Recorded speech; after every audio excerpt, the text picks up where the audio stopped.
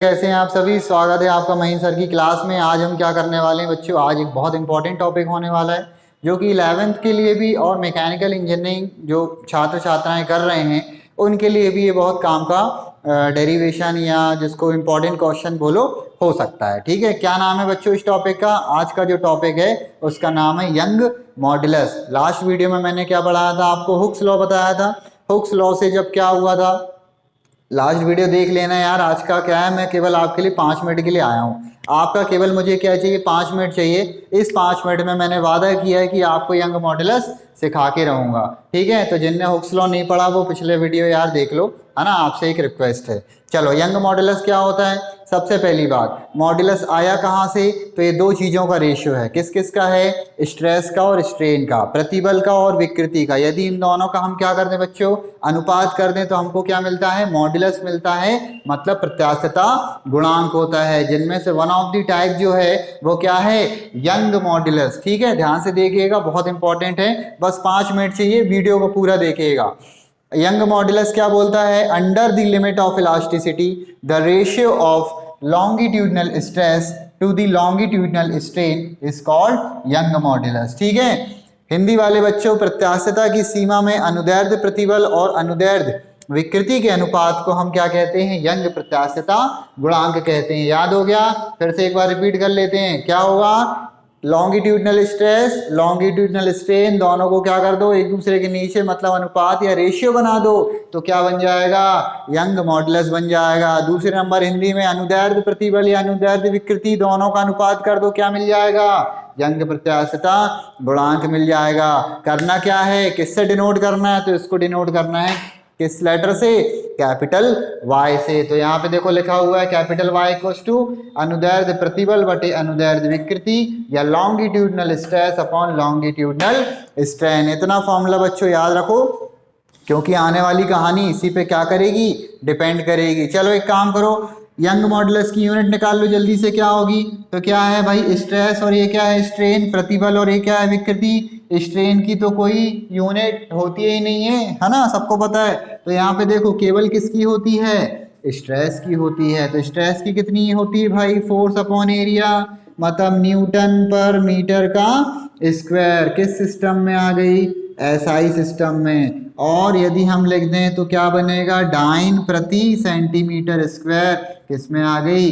CGS system में। ठीक है, तो यूनिट बन जाएगी, क्या होती है यूनिट जल्दी से बताओ? न्यूटन पर मीटर स्क्वायर या डाइन पर सेंटीमीटर स्क्वायर। क्लियर है?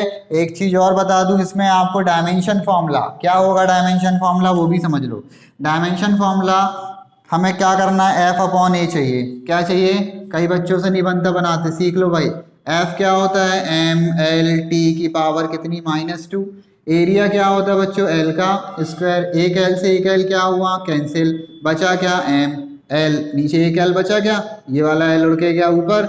एम एल इनवर्स टी की पावर -2। तो यंग मॉडुलस हो चाहे कोई भी मॉडुलस हो, आपको आज के बाद याद रखना है कि इसकी यूनिट होती है न्यूटन पर मीटर का स्क्वायर, और इसका डायमेंशन फॉर्मूला क्या होता है? M L inverse T to the power -2। बात खत्म। चाहे कोई सी भी मॉडुलस आपसे क्यों ना पूछ ले। समझ में आ रही बात?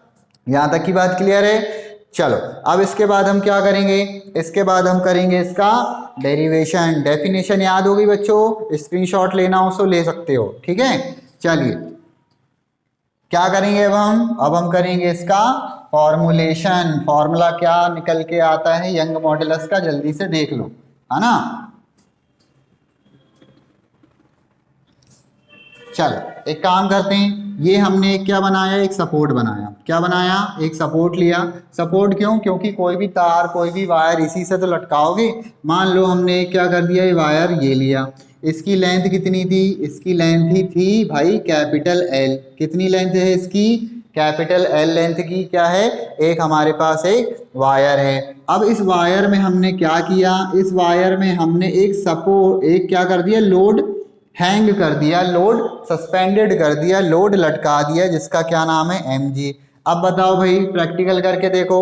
आप कोई भी तार लोगे, कोई भी क्या ले लोगे? रॉड ले लो, तार ले लो, कोई भी सॉलिड ऑब्जेक्ट ले लो। जब आप उसमें क्या करते हो? लोड अप्लाई करते हो ना, तो उसकी लेंथ क्या होती है? बढ़ती है। क्या होती है? बढ़ती है। तो बढ़ेगी या तो क्या होगी, घटेगी, या तो टेंसाइल होगा या तो कंप्रेसिबल होगा, दोनों हो सकता है। यहाँ पे आप समझो, यदि हमने इस वायर की लेंथ क्या कर दी, या इस वायर में क्या कर दिया, एक लोड लटका दिया, तो इसकी लेंथ जो है मान लो कितनी बढ़ गई, इसकी लेंथ जो है वो स्मॉल एल बढ़ गई।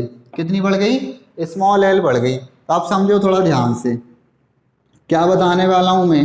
यहाँ पे मैं आपको बताने वाला हूँ कि हमें निकालना है यंग मॉडुलस।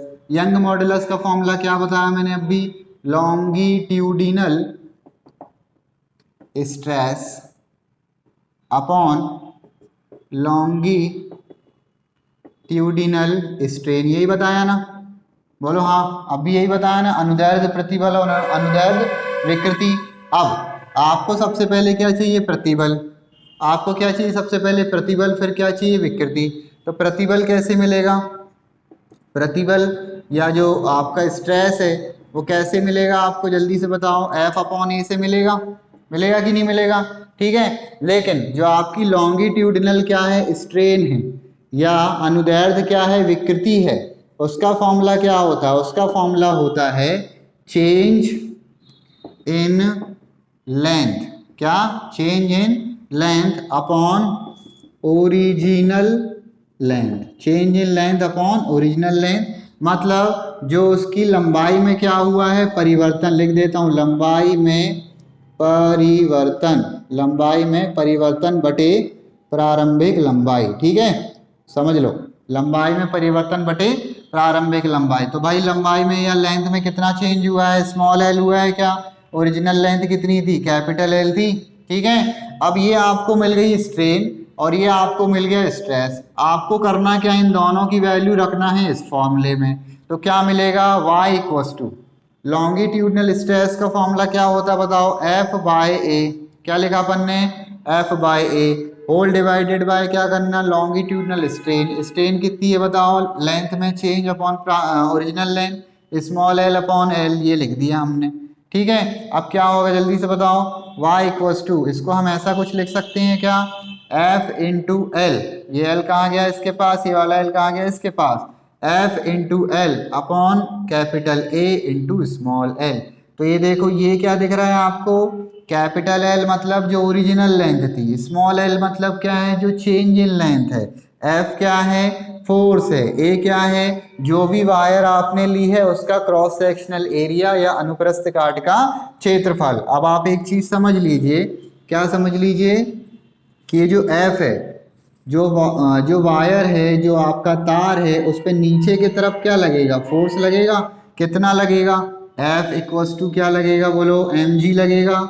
जो आपकी वायर है जिसको हमने जिसका एरिया कितना होगा, भाई वायर है, जैसे सपोज दैट ये पेन है, ये पेन है, तो इसका क्रॉस सेक्शनल एरिया ये वाला हिस्सा कहलाता है, ठीक है। और ये आप देखो ये सर्कल दिख रहा है क्या, सर्कल है, इसका मतलब एरिया कितना आएगा, इसका एरिया आएगा पाई आर स्क्वायर। आर क्या है, इस वायर की रेडियस, क्या है, आर क्या है, इस वायर की रेडियस, जो कि हमने किसी सपोर्ट से क्या की हुई है, लटकाई हुई है। तो एफ और ए दोनों की वैल्यू मिल गई क्या, आप इस वाले फॉर्मूले में रखो, y इक्वस टू क्या मिलेगा बच्चों जल्दी से बताओ, f की जगह क्या आएगा, mg, और l तो ये पहले से है, ठीक है। उसके बाद a की जगह क्या रखोगे, पाई आर स्क्वायर इंटू क्या आ गया, l हो गया। तो आपको यंग मॉडुलस का जो फॉर्मूला है, या जो यंग प्रत्यास्थता गुणांक का जो फॉर्मूला है वो क्या मिल गया, mg/l upon pi R square into l। यहाँ तक की बात क्लियर है बच्चों। ये जो हमने किया, ये हमने यंग मॉडुलस का क्या निकाल लिया, फॉर्मूला निकाल लिया, जो कि बहुत जगह पे क्या होने वाला है, काम आने वाला है, ठीक है। जेईई और नीट के में भी क्या होता है, ये क्वेश्चन हमेशा बनता है, सबसे ज़्यादा क्वेश्चन यंग मॉडुलस के ही आते हैं। और इंजीनियरिंग में भी यदि आप देखोगे तो बहुत सारे इसके क्या मिलेंगे, न्यूमेरिकल मिलेंगे, ठीक है बच्चों। हाँ बच्चों, अभी हमने क्या किया, यंग मॉडुलस का फॉर्मूला डिराइव किया। अब यंग मॉडुलस से रिलेटेड कुछ आप फैक्ट समझ लो, कुछ 2-3 नोट्स हैं, उसको आप ध्यान में रखो, हमेशा आपको ये काम आने वाला है। पहला नोट क्या बोल रहा है कि जो यंग मॉडुलस है यार, ये क्या होता है, Young modulus is the characteristics of solid, Young प्रत्यास्थता गुणांक ठोसों का गुण है। ये केवल किसकी प्रॉपर्टी है भाइयों? ये केवल ठोस या सॉलिड की प्रॉपर्टी है। इतनी बात दिमाग में आ गई? किसकी प्रॉपर्टी है? सॉलिड की। दूसरी बात बोलता है कि y किस पे डिपेंड करता है? सबसे इंपॉर्टेंट एमसीक्यूज में भी आएगा। y किस पे डिपेंड करेगा?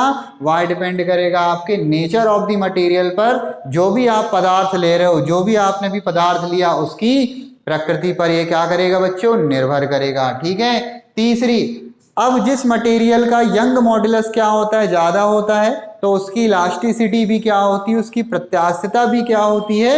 ज्यादा होती है। बस इतनी सी बात दिमाग में रख लो। मैंने बनाया है कि यदि y की वैल्यू ज्यादा तो e की वैल्यू भी क्या है?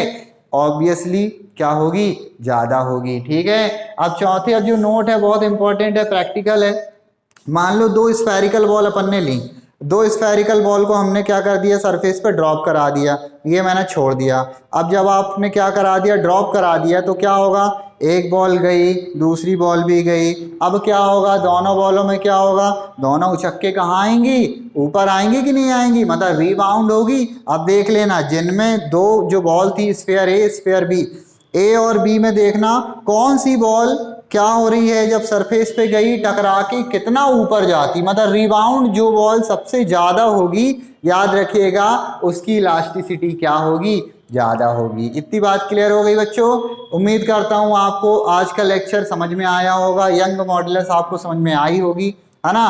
और यदि कोई भी क्वेरी होती है तो प्लीज कमेंट में पूछ लिया करो यार। मैं हमेशा आपके लिए क्या हूँ? खड़ा हुआ हूँ, तत्पर हूँ, ताकि आपको क्या करूँ? अच्छे से अच्छा नॉलेज दे सकूँ। ठीक है बच्चों, आज के लिए इतना ही काफ़ी है।